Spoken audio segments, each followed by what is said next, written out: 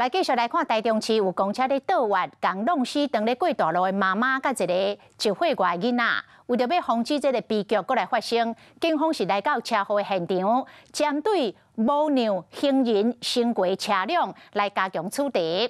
因为这个路口并无车辆专用的倒弯的青灯，所以行人咧过大路，拢是人甲车咧相济路，真正是非常的危险。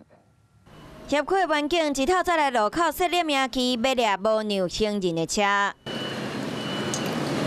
因为这前一天发生倒弯的公车弄死人的意外，叫嘛加强来掠无让行人的车，嘛甲行人宣导过车路的安全。晚上出门的时候，记得佩戴一些反光的东西在身上。 这个路口无车辆倒弯的青灯，行人过车路拢爱四界看，注意弯弯的车，尤其是婴仔车的家长更加提心吊胆。在国外的话，车子是一定停下来让你走，而且驾驶都会催促你赶快过去，他都会先礼让。那台湾在这部分算是比较欠缺。宣导还是蛮重要的啊。对啊，大家是停一下嘛，一下子没多久啊。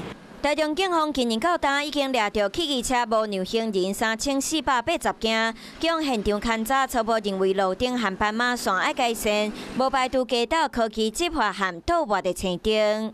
这边的路灯的照明设备可能比较不足够，然后还有斑马线那个行人穿越道比较斑驳的部分。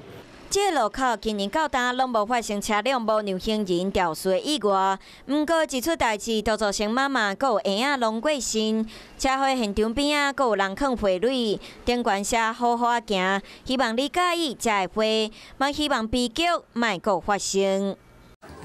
华视新闻看起来，赶快订阅我们的华视新闻 YouTube 频道，欢迎按赞、订阅、开启小铃铛，最新最及时的资讯要提供给你。